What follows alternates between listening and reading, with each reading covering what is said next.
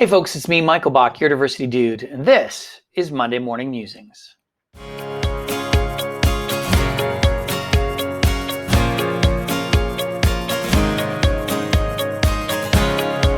Happy Monday, week 912 in isolation. It's fine, it's totally fine. Last week I was really upset. And I talked about the case of Ahmaud Arbery down in Georgia. And this week I want to talk about the Canadian version of racism. And it started, it started from the story about a few weeks ago about the Epoch Times. If you don't remember, I'll post an article down below.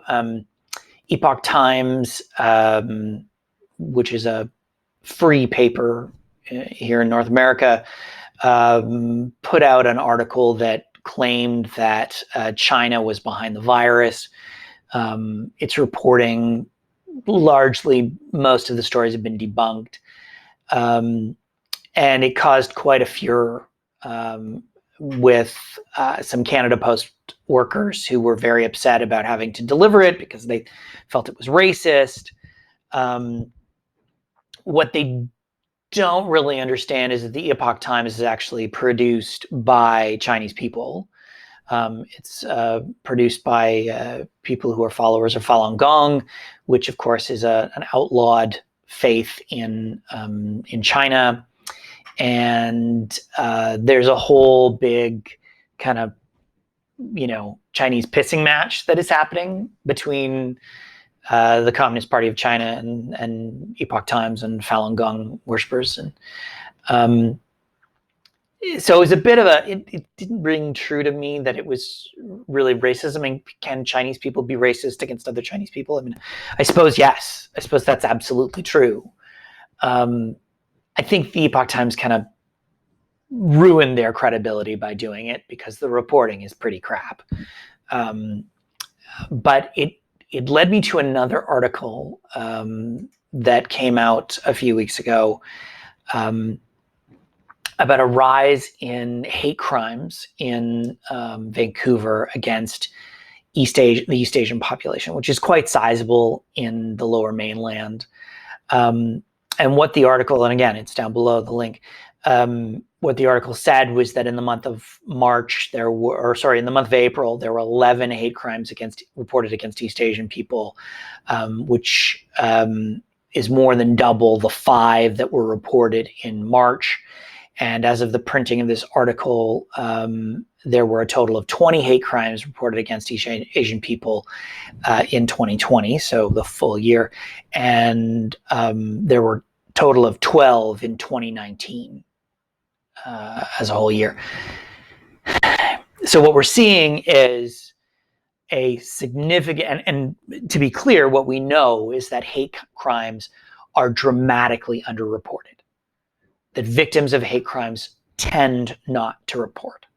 So it has to be pretty extreme for it to have been reported.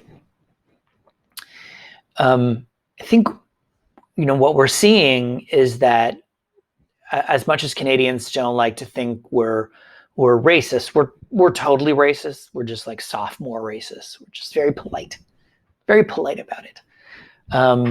But that there are people, particularly those that hold extremist views, who are acting out on those because of COVID-19. They feel like there's this moment where they can act out on their racism just like they did when President Trump was elected. And I really believe that we need to, in Canada, I mean, the US, that's a whole other kettle of mess. In Canada, we need to have this conversation about race and racism. First of all, we need to acknowledge as Canadians that we are racist, that we do racist things. We absolutely do. We're not exempt from it just because we're so freaking polite. And then we need to do something about it. One of the things that has made my life better is having people in my life who don't look like me. And it's because I'm able to have an understanding about their lived experiences.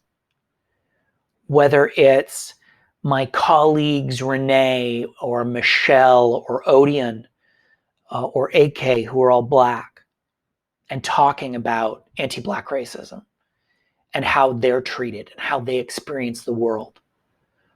Or my friends who are South Asian or East Asian or Middle Eastern, whatever. That makes my life better, because I don't end up living in this tiny little bubble that is the world of Michael Bach, where the color of my skin is a free pass on a lot of stuff. And if you don't believe that, start to have some conversations. Sit down with a Black person. Talk to them about how people try to touch their hair, or how they've been stopped by police because they look suspicious just because they're Black. Until you understand that that stuff is happening, you won't do anything about it. So, my homework for you today, children, for those of you who have any skepticism about this, is to go have a conversation with somebody who is of a different ethnocultural background to you. And this also goes for people that aren't white. You know, racism isn't a white thing. We didn't make it up. There are lots of people who are Black, who are racist against other people, who are Southeast Asian, East Asian, Middle Eastern, you name it. Racism is a thing that we all experience. Go have a conversation about their lived experience. Learn about each other. Only then will we be able to really get to a point of true inclusivity. And as I mentioned in last week's video, call the Prime Minister, call the Premier, call your mayor. Let's get after it. To quote Chris Cuomo, who looks really good with his new haircut. We need to be elevating this conversation. I want to hear everybody talking about it, because until we start talking about it, hate crimes are going to continue to happen. 74 days. That's it for me. Thanks so much for watching. I hope you're all well, staying safe, not getting COVID. That's just my hope for everybody.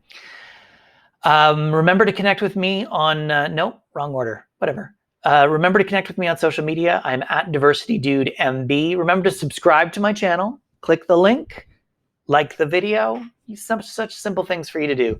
And share it with your friends and family on other social media platforms.